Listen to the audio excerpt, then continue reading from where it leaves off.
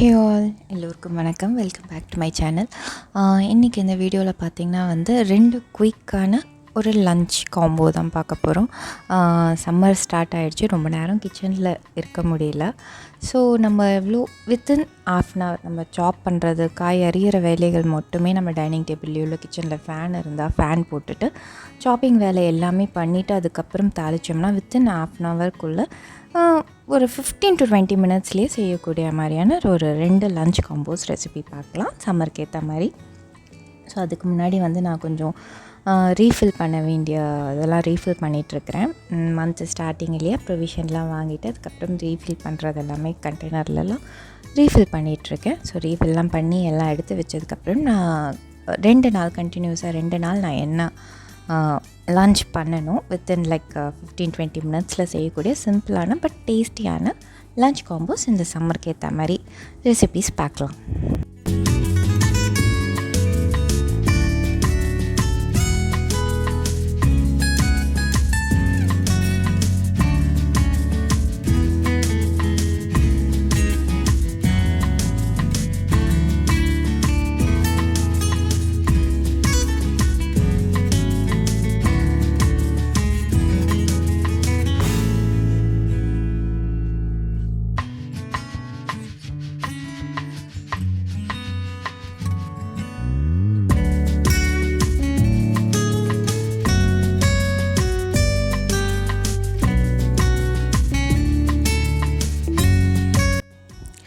இப்போது ஃபஸ்ட்டு பார்த்திங்கன்னா அவரைக்காய் காரக்கறி தான் பண்ண போகிறேன். வெங்காயம் தக்காளிலாம் போட்டு அவரைக்காய் போட்டு ஒரு பொரியல். இது எதுக்கு பண்ணுறேன்னா சுரைக்காய் போட்டு மிக்ஸ்டு பருப்பு எல்லாம் போட்டு ஒரு பருப்பு தால் பண்ண போகிறோம்.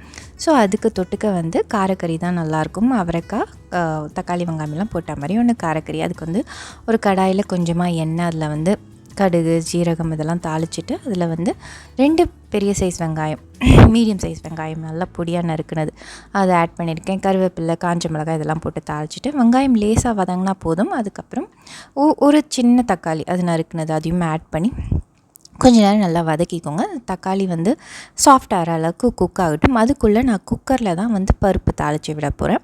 சுரைக்காய் போட்ட மாதிரி வேணால் ஒரு பருப்பு ரொம்ப நல்லாயிருக்கும். ஸோ நான் குக்கர்லேயே தாளிக்கிறேன். கொஞ்சமாக எண்ணெய் எடுத்திருக்கேன். அதில் கடுகு ஜீரகம் இதெல்லாம் தாளிச்சிட்டு கருவேப்பிலை, காஞ்ச மிளகாய், பூண்டு ஒரு 3 பல் பூண்டு எடுத்திருப்பேன், பொடியாக நறுக்கி அதை ஆட் பண்ணியிருக்கேன். அதுக்கப்புறம் பெருங்காயம் இதை ஆட் பண்ணிவிட்டு ஒரு வெங்காயம், மீடியம் சைஸ் வெங்காயம் நறுக்குனது அதையும் ஆட் பண்ணிக்கோங்க.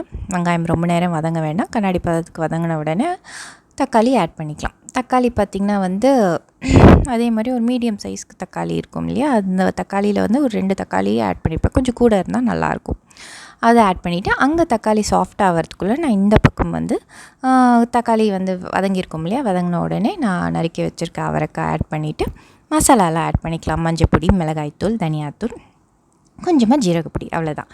இதை ஆட் பண்ணிவிட்டு நல்லா பெரட்டி விட்டுட்டு நீங்கள் கொஞ்சமாக தண்ணி தெளித்து மூடி வச்சுட்டா போதும். அவரைக்காய் நல்லா திரண்டு வரும். நல்லா பெரட்டிட்டு நல்லா காரசாரமாக நல்லாயிருக்கும். இது தயிர் சாதமும் இருந்தால் கூட போதும். இந்த அவரைக்காய் பொரியல் வச்சு சாப்பிட்றதுக்கு அவ்வளோ டேஸ்டியாக இருக்கும். இது எனக்கு ரொம்ப பிடிக்கும். லஞ்ச் பாக்ஸுக்கு தயிர் சாதத்துக்கு இதை தான் பெரும்பாலும் எடுத்துகிட்டு போவேன் நான். எனக்கு பிடிச்சது நார்மலாக பண்ணுற தேங்காய் போட்டு பண்ணுற அவரைக்காய் பொரியல் அவ்வளோ பிடிக்காது. இந்த மாதிரி காரக்கறி பண்ணால் எனக்கு ரொம்ப பிடிக்கும். ஸோ அவ்வளோதான், அவரைக்காய் வெந்துருச்சுன்னா இட்ஸ் டன். இந்த பக்கம் தக்காளி கொஞ்சம் சாஃப்ட் ஆனோடனே நம்ம சுரைக்காய் பார்த்திங்கன்னா நல்லா குட்டி குட்டியாக கட் பண்ணிக்கோங்க. கொஞ்சம் ஸ்மாஷ் ஆனாலும் பசங்க சாப்பிடுவாங்க. முழுசாக இருந்தால் சில டைம் பசங்க சாப்பிட மாட்டேங்கிறாங்க. பட் பருப்போடு இந்த மாதிரி சேர்ந்து வெந்து கொஞ்சம் மசிஞ்சிரும். டேஸ்ட்டாக இருக்கும் பருப்பு இது மசிஞ்சிட்டா. அதில் பொடியாக நறுக்கி ஆட் பண்ணுறதோட அட்வான்டேஜ் அதுதான், பசங்க சாப்பிட்ருவாங்க. அதுக்கப்புறம் நான் சாம்பார் தூள் பார்த்திங்கன்னா ஒரு 2 டேபிள் ஸ்பூன் மாதிரி சாம்பார் தூள் ஆட் பண்ணியிருக்கேன்.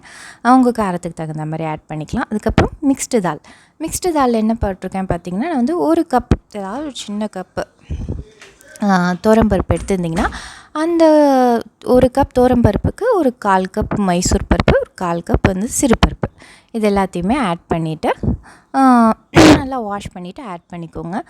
கலரிட்டு தண்ணி திட்டமாக தண்ணி விடுங்க. ரொம்ப பொங்கி கீழே வழிகிற அளவுக்கு தண்ணி விட வேணாம். அதுக்கப்புறமா நம்ம குக்கரை திறந்து தண்ணி அட்ஜஸ்ட் பண்ணிக்கலாம். திட்டமாக தண்ணி விட்டு மூடிட்டு ஒரு 2 விசில் 3 விசில் உங்கள் குக்கருக்கு தகுந்த மாதிரி வச்சு எடுத்துகிட்டு அது அவ்வளோதான். தாளிக்க வேண்டிய வேலை எதுவுமே கிடையாது. ஸோ குக்கர் விசில் வந்ததுமே பருப்பு டன். இங்கே காயும் அவ்வளோதான் வெந்துருச்சு. காய் ரெடி ஆகிடுச்சு. சாதம் நான் காய் இறக்கிட்டு ரைஸ் வச்சுட்டேன். ஸோ எனக்கு சமையலே வந்து லிட்ரலி பார்த்திங்கன்னா 15-20 மினிட்ஸ்க்குள்ளேயே வந்து சமையல் முடிஞ்சிடும். காய் நறுக்கிறது மட்டும்தான் நம்ம வந்து மார்னிங்கே வந்து நீங்கள் டைனிங் டேபிளில் ஃபேன் கிட்டேயோ இல்லை நீங்கள் வந்து கிச்சனில் ஃபேன் இருந்தால் போட்டுட்டு காய் அரிஞ்சு வச்சுட்டா ரொம்ப குயிக்காக ரொம்ப டேஸ்டியாக இருக்கும். இந்த பருப்பு நீங்கள் ட்ரை பண்ணி பாருங்கள். சொரக்காய் இந்த மாதிரி மிக்ஸ்டு தால் போட்ட பருப்பு. நான் ரைஸ்லாம் வச்சு ரெடி பண்ணிட்டேன். காயும் ரெடி. இப்போ பருப்பு நம்ம திறந்துட்டு இந்த மாதிரி கெட்டியாக இருக்கும் கொஞ்சம், அதனால் லேசாக கொஞ்சமாக தண்ணி உங்களுக்கு தேவையான கன்சிஸ்டன்சிக்கு மட்டும் கொஞ்சம் தண்ணி விட்டு ஒரு கொதி வந்ததுமே நீங்கள் வந்து கடைசியாக கொத்தமல்லி தூவி நீங்கள் ஆஃப் பண்ணிட வேண்டியதுதான். வேறு எதுவுமே கிடையாது. நான் வந்து கடைசியாக வந்து கொஞ்சம் கொத்தமல்லி சேர்த்துட்டு அதுக்கப்புறம் பெருங்காயமும் கொஞ்சம் கூட சேர்ப்பேன். நான் நல்லா பெருங்காயம் வாசத்தோடு இருந்தால் நல்லாயிருக்கும் இந்த பருப்பு. நான் ஃபஸ்ட்டு தாளிப்பையும் கொஞ்சம் சேர்த்தேன், கடைசியாகவும் கொஞ்சம் சேர்த்து இறக்கினா நல்லாயிருக்கும். ஸோ அவ்வளோதான். லெஸ் தென் 20 மினிட்ஸ் ஆகக்கூடிய ஒரு காம்போ, லஞ்ச் காம்போ இது.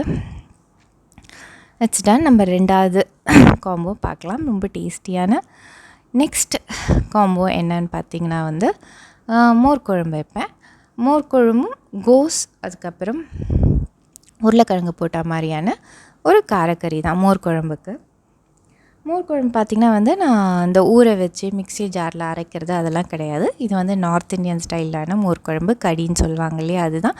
ரொம்ப சிம்பிளாக பியாஸ்கி கடி, அதாவது வெங்காயம் போட்ட கடி தான் பண்ண போகிறேன். இதுக்கு வந்து நீங்கள் எதுவும் ஊற வச்சு அரைக்க வேண்டிய அவசியம்லாம் கிடையாது.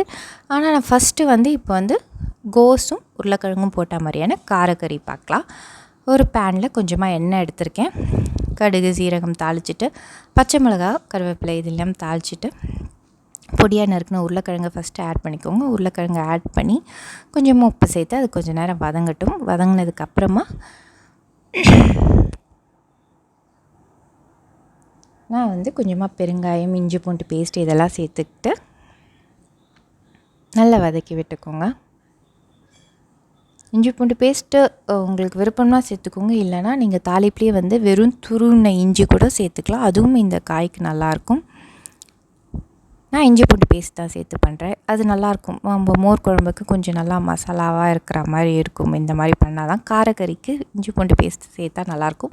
இஞ்சி பூண்டு பேஸ்ட் உங்களுக்கு போட பிடிக்கல இல்லை அப்படின்னா துருவின இஞ்சி மட்டும் சேர்த்துக்கோங்க, அதுவும் நல்லாயிருக்கும். அப்புறம் கோஸ் ஆட் பண்ணிவிட்டு கொஞ்சமாக உப்பு சேர்த்து கொஞ்சம் நேரம் மூடி வச்சுருங்க. அது நான் கொஞ்சம் வெந்து குறையட்டும். அதுக்கப்புறம் நீங்கள் மசாலாவில் ஆட் பண்ணிக்கலாம். மசாலாவுக்கு பார்த்திங்கன்னா ரொட்டீன் மசாலா தான். மஞ்சத்தூள், தனியாத்தூள், மிளகாய்த்தூள் இதெல்லாம் ஆட் பண்ணி கொஞ்சமாக ஜீரகப்பொடி, வறுத்து அரைச்சா ஜீரகப்பொடி ஆட் பண்ணி நல்லா பெரட்டி விட்டுட்டு திருப்பி மூடி வச்சுருங்க. ஃபஸ்ட்டு கோஸில் இருக்க எல்லாமே தண்ணி முதல்ல விடட்டும். அதுக்கப்புறம் தேவைன்னா மட்டும் நீங்கள் தண்ணி ஆட் பண்ணிக்கோங்க. கொஞ்சம் சிம் பண்ணிவிட்டு மூடி போட்டு விட்டுற வேண்டியதுதான். அதுக்குள்ளே நம்ம அந்த பக்கம் வந்து மோர் குழம்புக்கு ரெடி பண்ணிக்கலாம்.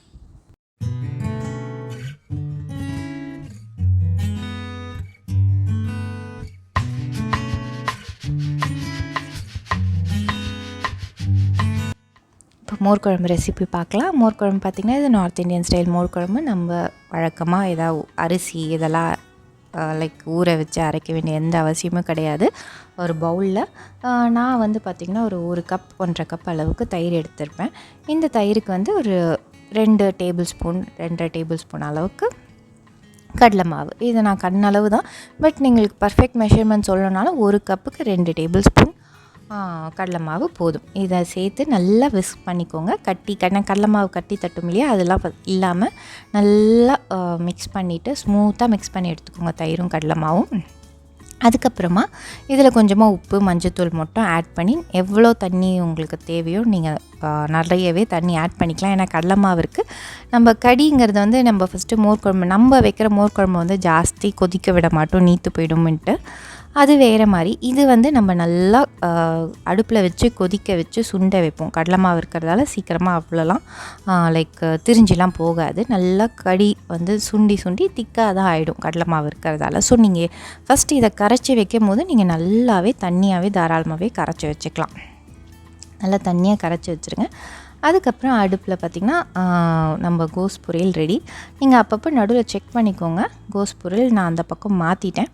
இந்த பக்கம் மோர் குழம்பு பண்ணுறதுக்கு ரெடி பண்ணியிருக்கேன். அதில் வந்து நான் கொஞ்சமாக எண்ணெய் எடுத்திருக்கேன். அதில் வந்து கடுகு சீரகம் தாளிச்சிட்டு கொஞ்சமாக வெந்தயம், ஒரு 2-3 வெந்தயம், அதோட வாசனை நல்லாயிருக்கும் இந்த நார்த் இந்தியன் ஸ்டைல் மோர் குழம்புக்கு. அதுக்கப்புறம் நறுக்கின கருவேப்பிலை, காஞ்ச மிளகா, வெங்காயம் இதெல்லாம் சேர்த்து வதக்கி விட்டுக்கோங்க. வெங்காயம் ரொம்ப வதங்க வேண்டாம், ப்ரௌன் ஆகிற அளவுக்கு லேசாக கண்ணாடி பதத்துக்கு வதங்கினதுமே நீங்கள் வந்து நம்ம கரைச்சி வச்சுருக்கோம் இல்லையா மோர், அதை ஆட் பண்ணிக்கலாம். வேறு எதுவுமே தேவையில்லை. அதுக்கு முன்னாடி நான் வந்து கொஞ்சமாக பெருங்காயம், இந்த வெங்காயத்துலேயே நீங்கள் மசாலா, நான் வந்து இந்த வெங்காயத்தில் மசாலா ஆட் பண்ணிக்கிறேன். லைக் நம்ம ரொட்டீன் மசாலா தான் ஆட் பண்ண போகிறேன். நீங்கள் அந்த மோர் குழம்பு கரைச்சோம் இல்லையா, அதுலேயே கூட ஆட் பண்ணிக்கலாம். அதுக்கப்புறம் இஞ்சி பூண்டு பேஸ்ட்டு ஆட் பண்ணிவிட்டு வதக்கி விட்டுக்கோங்க. இப்போ நம்ம ரொட்டீன் மசாலா இந்த வெங்காயத்துலேயே ஆட் பண்ணிக்கலாம். மிளகாய்த்தூள், தனியாத்தூள் இதை ஆட் பண்ணியிருக்கேன். மஞ்சப்பொடி வந்து பார்த்திங்கன்னா நான் வந்து இதுலேயும் போட்டிருக்கோம், மோர் கரைச்சேன் இல்லையா அதுலேயும் போட்டிருக்கேன். அதனால் இதில் கொஞ்சமாக போட்டிருக்கேன். அதுக்கப்புறம் ஜீரகப்பொடி இதையும் போட்டிருக்கேன். போட்டு நல்லா வதக்கிட்டு நீங்கள் வந்து அந்த கரைச்சி வச்ச மோரை நீங்கள் டைரெக்டாக ஆட் பண்ணிக்கலாம்.